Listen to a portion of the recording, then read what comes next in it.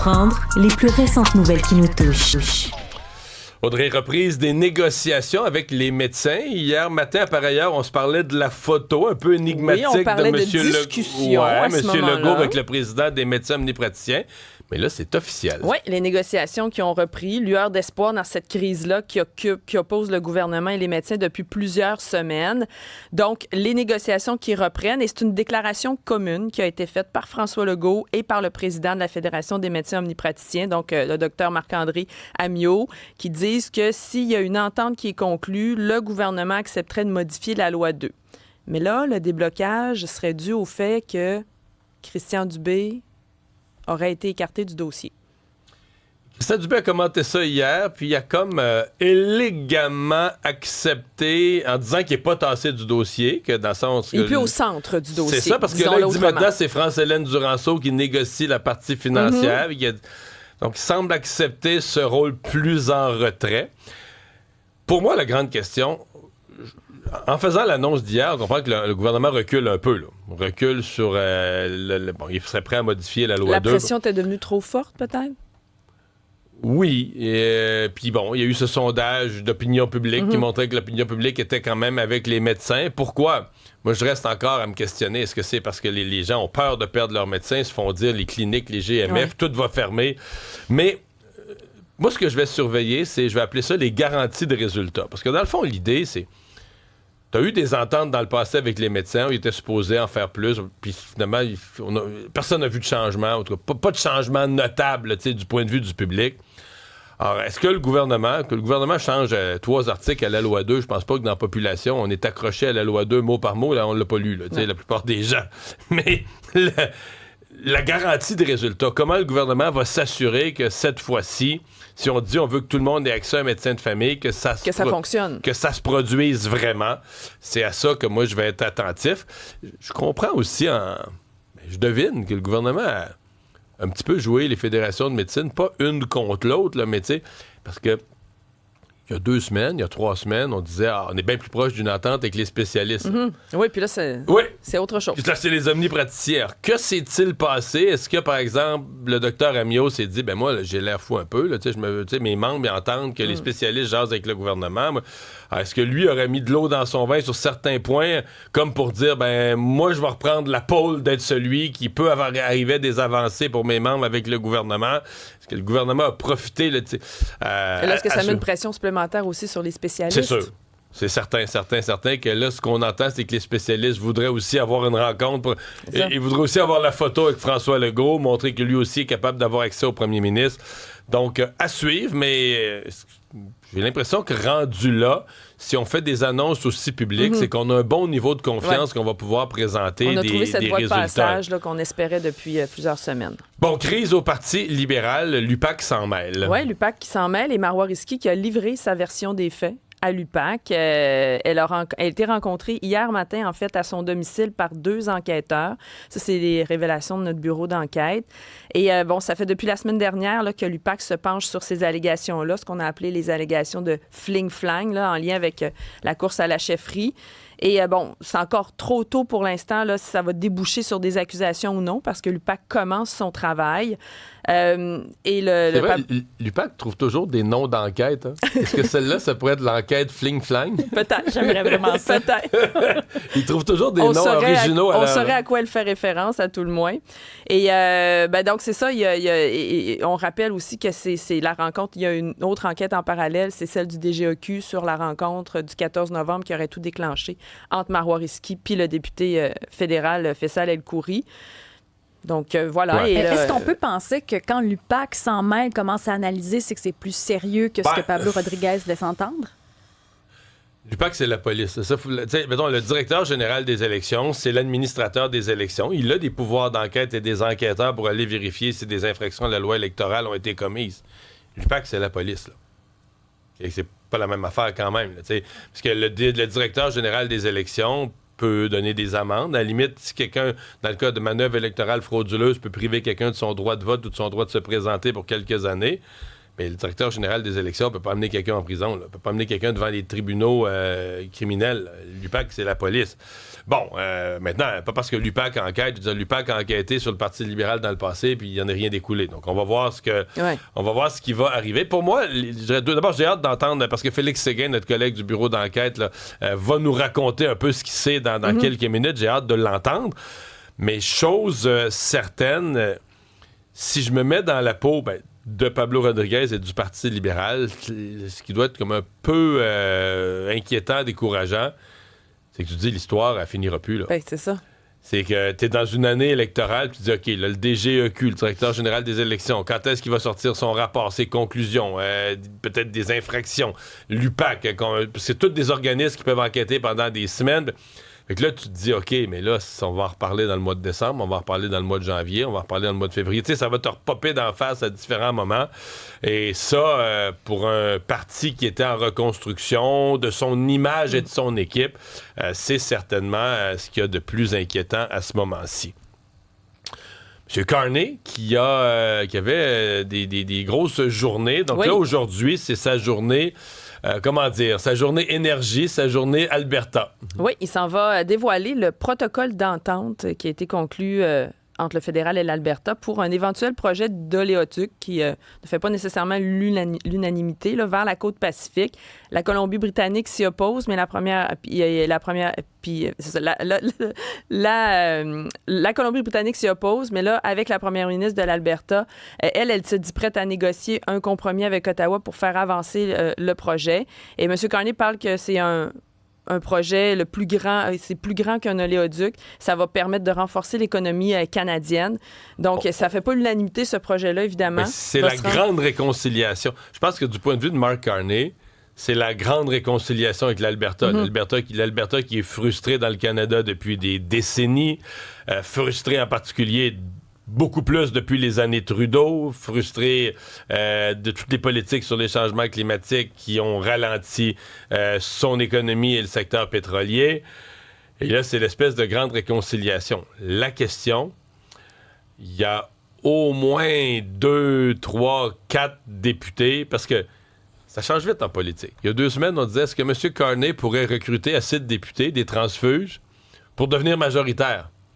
Puis là, cette semaine, on se demande est-ce qu'il pourrait perdre des députés?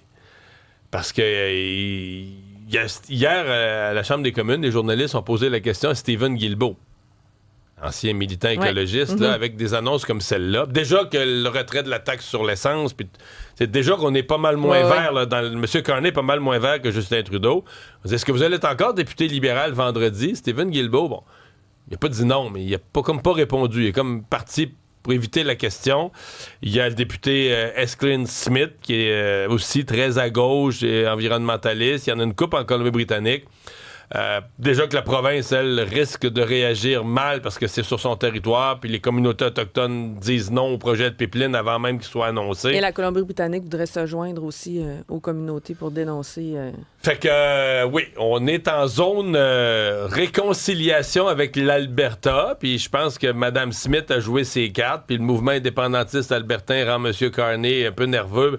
Mais tu fais plaisir à un, est-ce que tu pourrais en reperdre d'autres à l'autre bout du spectre? Ceci dit, M. Carney semblait pas si chaud que ça cette fois-ci à se rendre à Washington. Autant au mois de mai passé, on voulait avoir un rendez-vous à la Maison-Blanche. C'est comme si là, je n'ai pas ça que M. Carney se dit, je veux pas avoir l'air en demande tant que ça. Ouais. Je veux pas avoir l'air à genoux devant Trump. Je veux pas avoir l'air en demande devant les États-Unis. On l'a vu en Afrique du Sud dire, les États-Unis, mais là, nous, on diversifie le commerce à travers le monde. Mais finalement, il va se rendre à Washington la semaine prochaine. Il va se rendre à Washington au courant de la semaine prochaine et probablement qu'il va y avoir une rencontre, justement, avec Donald Trump. Ça va se faire dans le cadre de la Coupe du monde de soccer de la FIFA qui va avoir lieu l'été prochain au Canada. Donc, ça va être le tirage au sort à ce moment-là. C'est pour ça qu'il se rend là-bas. Les négociations, ça ne veut pas dire qu'elles vont reprendre nécessairement. On se rappelle que ça avait un petit peu pris le bas, ces négociations-là, après la publicité de l'Ontario. C'est toujours au point mort. Mark Carney qui à mon avis... Si il se revoit la semaine prochaine, pour que Mark Carney accepte de se rendre là et de rencontrer Trump, il faut qu'il y ait la garantie que la nouvelle, ça va être la reprise des négociations. Là. Je veux dire, Sinon, tu dis quoi, là? On a jasé d'autres choses, on a parlé de Coupe du Monde, on a parlé de soccer. Comme situation commerciale, on n'a pas discuté. Mais il n'y a pas le choix. Ouais, donc je me dis que le show de boucan de Trump sur les publicités de l'Ontario serait fini. Moi, quand j'ai vu la nouvelle, j'ai interprété ça, OK, les négociations vont reprendre. Ce qu'on n'a jamais su de ces négociations-là, c'est parce que pour nous, le public, on est passé en quelques heures de... Les négociations vont bien. Le ministre Dominique Leblanc est à Washington. Ouais. Il y retourne. Il est avec Michael Sabia, le premier fonctionnaire du Québec. Puis là, ils sont assis à Washington dans des tables de négociation. Puis à 10h30 le soir, Trump sur Truth Social, Trump dit « Moi, je suis fâché contre les publicités de l'Ontario. J'arrête tout. Ça ne négocie plus. Je suis fâché. » OK. Fait que là, qu'est-ce qui s'est passé entre les négociations vont très bien, puis on négocie plus du tout.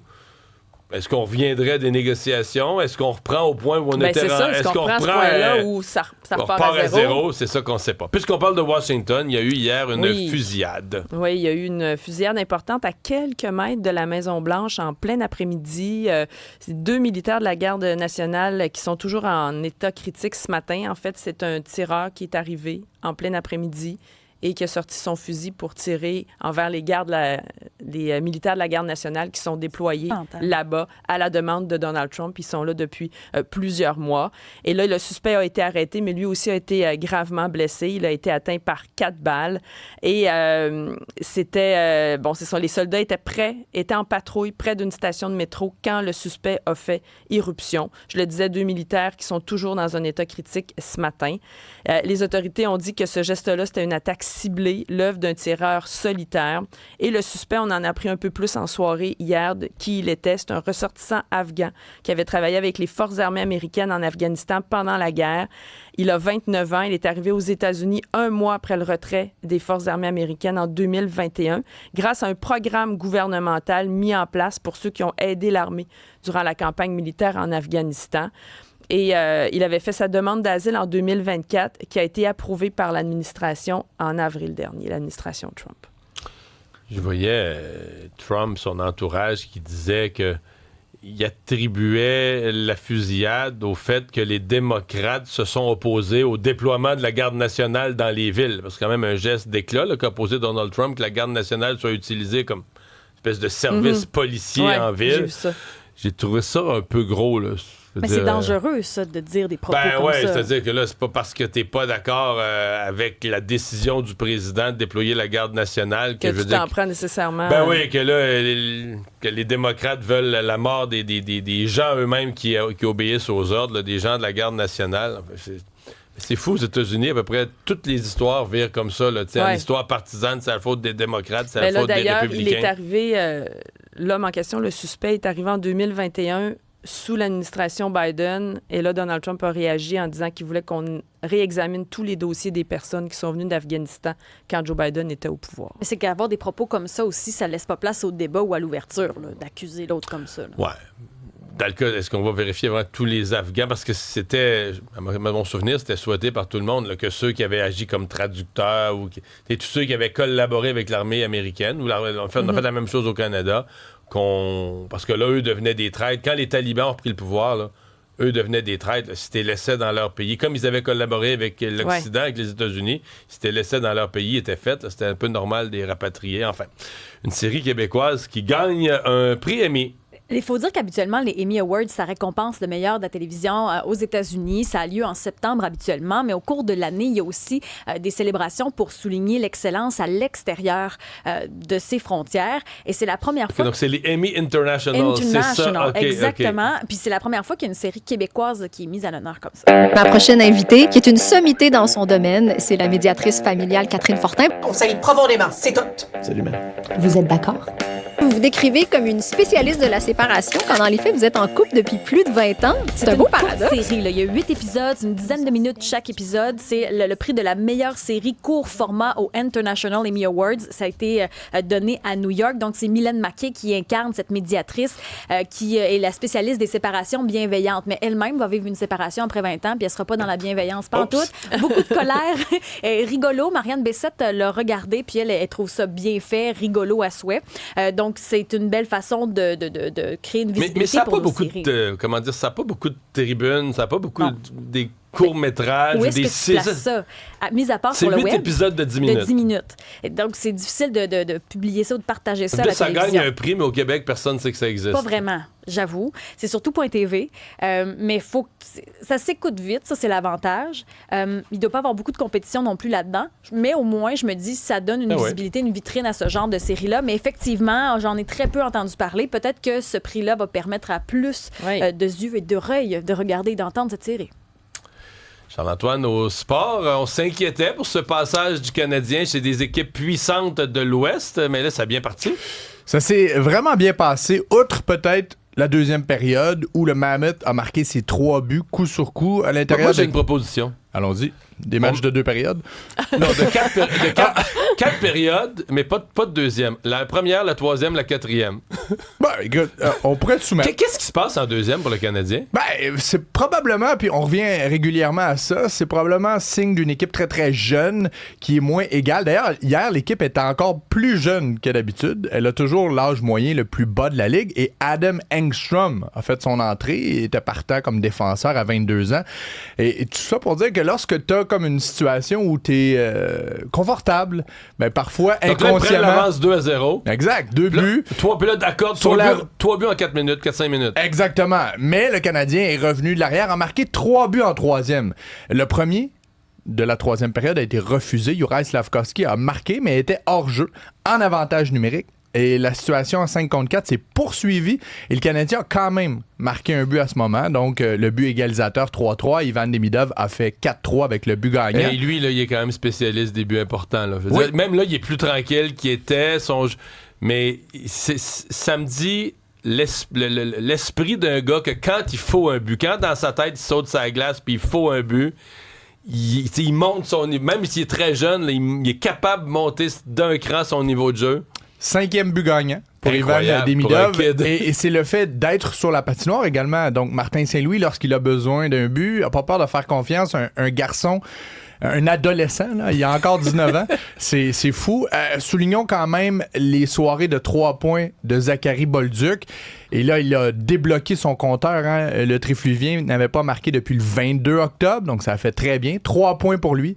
3 points, dont 2 buts pour le capitaine Nick Suzuki qui a pris l'équipe sur ses épaules encore une fois. Donc, c'est un résultat très, très encourageant. Mais surtout qu'on voit réapparaître un peu des étincelles de la période où ça allait bien. Là. On remonte en troisième, les joueurs de talent, le premier trio, Demidov. C'est vrai. Zachary Bolduc, souviens-toi, en début de saison, 3 buts en 3 matchs, l'avantage numérique qui avait commencé à mieux faire contre les Leafs, qui a capitalisé 2 fois. Donc, très beau résultat hier sur la route. Rapidement, les Jays qui ont fait une grosse acquisition. C'est un nom qu'on connaît peut-être moins, mais Dylan Cease était le meilleur lanceur disponible sur le marché des joueurs autonomes. Un ancien joueur des Padres de San Diego. C'est pas confirmé par l'équipe, mais contrat de 7 ans, 210 millions de dollars. C'est la plus grosse acquisition de l'histoire des Jays. C'est le plus gros montant donné à un agent libre de tous les temps pour la formation torontoise. Ça va améliorer grandement la rotation de partants. Mais ce que ça veut dire aussi, c'est qu'il y a beaucoup d'intérêt mutuel pour les agents libres et les Jays. On a vu ce que cette équipe pouvait faire. Donc, Dylan Cease, ça devrait être confirmé, lanceur droitier de 29 ans.